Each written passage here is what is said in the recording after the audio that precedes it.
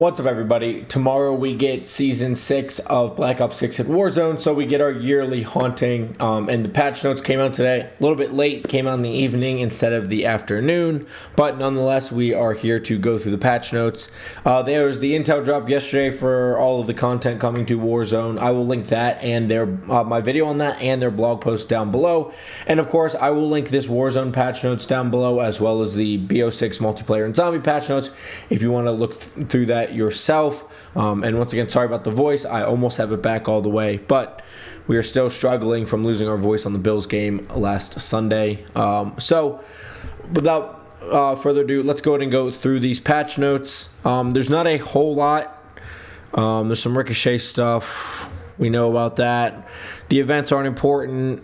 Battle Pass isn't important other than the Predator.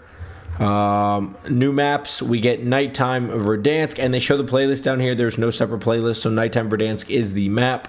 Interested to see how that goes. Same thing, Rebirth, and Rebirth is the map. New mode, Casual Zombies. So Zombie Royale is coming back. Casuals is Zombie Royale, and we get it on both Rebirth and Verdansk, but it is Zombie Royale, except these zombies don't have powers. So, like I said, we do get regular Zombie Royale back. The abilities this year are a little different. We have Mimic for zombies, and it's essentially a prop hunt ability. EMP Blast for zombies, which we've had before. A new Kill Streak for zombies, Mutant Injection, which when you use it, it changes you into a stronger zombie. We talked about it in the intel drop. The beginning of the season, it will turn you into a Mangler with the Mangler cannon, a stronger melee, and a charge jump.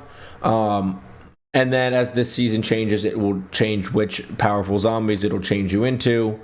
Portals for the human beings. Human operators can enter the portal. It'll put you up in the air, and you can use your parachute to go somewhere else. And then Haunted Box, which is the supply box. Fun fact, originally in Modern Warfare 2. That's when the Haunted Box was the first supply box during the haunting event in Modern Warfare 2, which is still the best haunting event in my opinion. And so if you ever watch my stream and we call it a spooky box, that's why. Here's the playlist. As you can see, Battle Royale, Verdansk, and Resurgence only have one non-ranked or non-casual mode. So obviously the nighttime maps are going to be in these modes, which we'll see how that goes. Rank stuff, I usually skip the rank stuff. Ground loot, the new Merrick 5.56 AR and Dresden 9mm SMG are added to the ground loot. All ground loot weapon builds have been updated, and most instances of attachment RNG have been removed to ensure a more consistent and reliable looting experience. Most placed weapons and weapon builds have been updated to align with the current ground loot pool. Buy stations were switched as always. We still get the front super buy. We get the mid-train buy back. The mid-stadium buy is still there. I like when these buys are here on the ends of this bridge here. No front prison buy. We don't need to go over all of the buys, obviously. Contract adjustment, it's plunder. You get more cash. I don't really care about plunder. Equipment, throwing knife, base damage increased. Headshots now deal 500 damage, so it's a 100% knock if you get a headshot with a knife, and neck and upper chest damage do 275. Reminding you only have 300 health, so 275 is a lot of damage. Smoke grenades nerfed, so you can only carry one now to help with the smoke spam. And thermobaric grenades, detonation time reduced. Inner explosive damage increased, and outer explosive damage increased as well. The new weapons are the 9mm Dresden, aka the MP40, full auto submachine gun, very high damage and manageable recoil, short range and slower rate of fire. Battle Pass page 3. Merrick 5.56 assault rifle, full auto assault rifle, excellent range and highly rewards headshots, configurable induced semi-auto. I'm expecting a decent amount of recoil here because it rewards headshots and that you can convert into semi-auto. Battle Pass page 6. Chainsaw melee is coming in season during the Chucky event pass. This weird X52 resonator special weapon is coming in season during the Echoes of the Dead event. Extreme rate of fire and damage, high recoil, transform it. By the way, the thing, whatever you want to call it, the weapon has a low damage per round, but you can transform it by adding one of the 3 unique shard crystals. Eruption Shard for versatile multi-shot, Spike Barrage Shot for a slow but lethal 7-round burst, and Stone Escalation Shard for a powerful charge shot. I talked more about this as well in the Intel video. This is one of the goofy looking things that makes people annoyed with Call of Duty. New attachment GPR double barrel conversion. I can't remember. I should have looked it up between yesterday and today. Whatever AR it was in Modern Warfare 3 that got a double barrel attachment, but it didn't make it about. Oh, it wasn't. It was the AMR9 SMG. That's what it was. Fires 2 bullets once, slightly reduced rate of fire, higher recoil. I doubt it's going to be worth using. That's Battle Pass page 7. GPMG muzzle booster coming in season the Echoes of Dead event. Improved bullet velocity, increased rate of fire over time, but at the expense of recoil. It's not really going to matter. Nobody really uses it. Default loadout changes, Gulag loadout changes. Assault rifle adjustments. The ABR A1 full auto rapid fire damage, max damage range was increased, and medium damage range was increased. So just push the ranges out. AK-74 had its recoil reduced by 10%. Maybe it sneaks into the meta here. The AMAX had its mid-range, medium damage range pushed out, and its bullet velocity increased.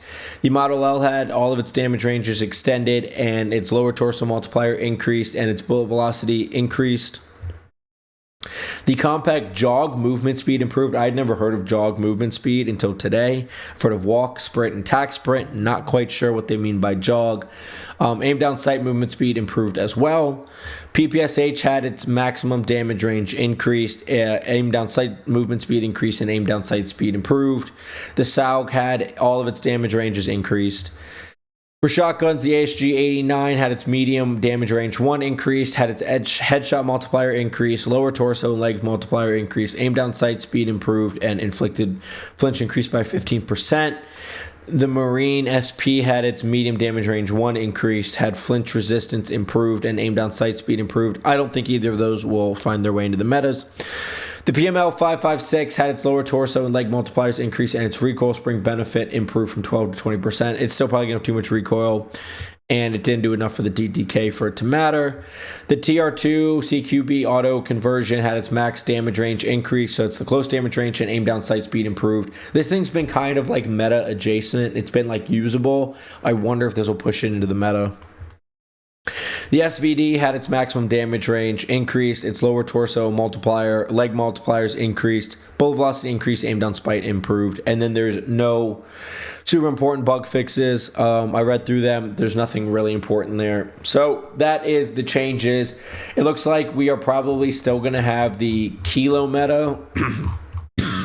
Excuse me. It's hard talking with this raspy voice. We're still probably going to have the Kilo meta unless this recoil reduction matters for the AK-74. I don't think anything else really changes the math on the meta.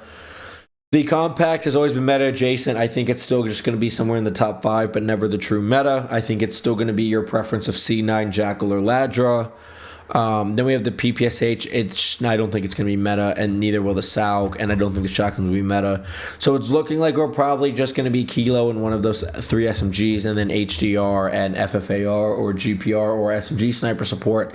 So it's a little frustrating. It doesn't look like the meta is going to change, but at least we get nighttime Verdansk, nighttime Rebirth Island, and we get some new weapons. Maybe those weapons, maybe the Dresden, the MP40 is the new meta. Maybe the numeric 556 is the meta. But unless those are metas, I think we're going to be playing the same game just in a night mode. So that's a little disappointing. But let me know what you think in the comments down below. And please don't forget to like, subscribe, and hit that notification bell if you like Warzone content. Of course, we do patch notes, intel drops, and meta videos, close range, long range, and then anytime the sniper perk or sniper support meta really changes. And if you like Apex content, once again we do patch notes, season content, and then long range, close range, and legend metas, and then we do game reviews. If you like any of that, please hit subscribe, please hit that notification bell. And like I said, I'll link this down below, the Intel blog post, the Intel YouTube video that I posted going over that, as well as my Twitch. If you want to come hang out live, I will be live playing this tomorrow, checking out Nighttime Verdansk, Zombie Royale, although they didn't show that look, if you go up to I didn't even highlight this, stuck on scroll now.